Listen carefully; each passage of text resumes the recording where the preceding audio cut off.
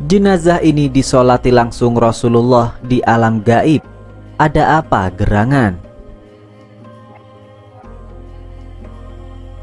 Rib'i bin Quraisy memiliki beberapa saudara. Ada yang menyebut 3 dan ada yang berkata 4 saudara. Di antara Rib'i dan beberapa saudaranya itu ada satu yang sangat rajin beribadah.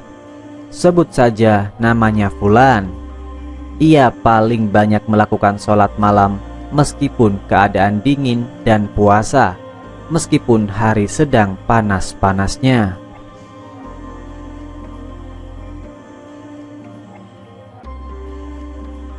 Suatu ketika setelah pulang dari sebuah perjalanan dan tiba di rumah, Rib'i mendapatkan kabar duka dari anggota keluarganya. Fulan sedang sakaratul maut. Oleh karenanya, Rib'i diminta untuk segera bergegas ke sana. Tanpa pikir panjang, ia pun langsung menuju ke desa di mana Fulan tinggal. Sesampainya di kediaman Fulan, ternyata Fulan telah meninggal dunia. Jenazahnya sudah ditutupi dengan pakaian. Rib'i lalu bergegas pergi untuk mencarikan kain kafan untuknya. Pulang dari mencari kain kafan itu, ia benar-benar terkejut. Kain yang menutupi jenazah Fulan terbuka dan ia mengucapkan salam, "Assalamualaikum." "Waalaikumsalam, apakah engkau bicara setelah meninggal dunia?" jawab para pelayat. "Ketahuilah, setelah berpisah dengan kalian, aku telah bertemu dengan Tuhan. Dia tidak marah.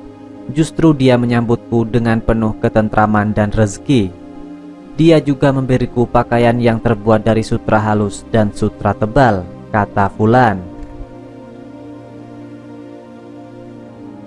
Ia juga menjelaskan bahwa dirinya sedang ditunggu oleh Nabi Muhammad SAW yang sudah bersiap untuk menyolatinya.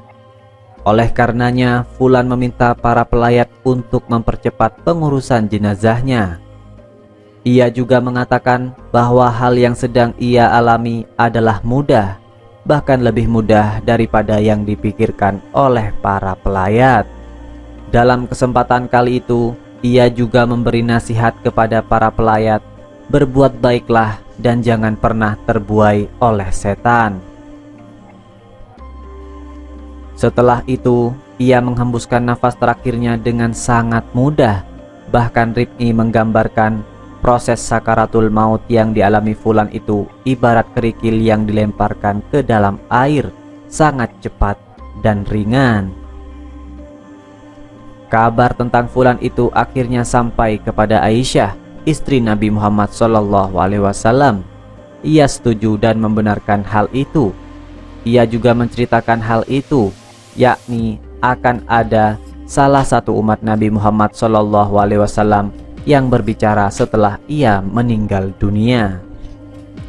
Kisah ini disebutkan dalam kitab Hilyah Al-Auliya wa Tabaqat Al-Ashifa karya Abu Nuaim Al-As-Safani dan Uyun Al-Hikayat karya Ibnu Jauzi. Apa yang dipesankan Fulan kepada para pelayat secara tidak langsung bisa menjadi nasihat kepada kita bersama, yakni salah satunya selalu berbuat baik.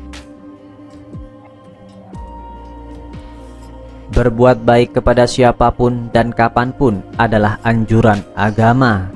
Perbuatan baik yang paling baik adalah yang dilakukan kepada semua orang, baik dia baik atau tidak kepada kita, sebagaimana contoh yang diteladankan oleh Nabi Muhammad SAW.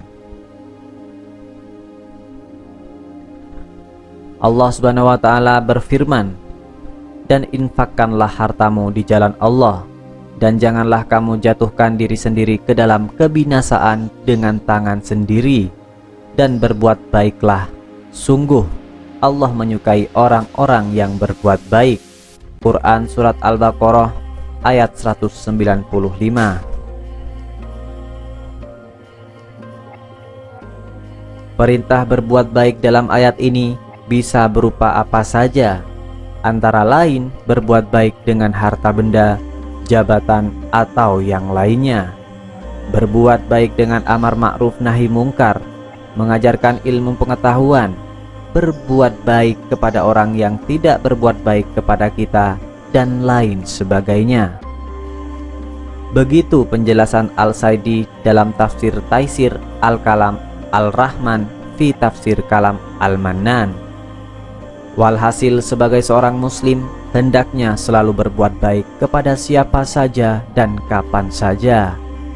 Selain karena menjadi perintah agama, perbuatan yang kita kerjakan juga akan berdampak kepada diri kita baik di dunia atau akhirat. Wallahu a'lam.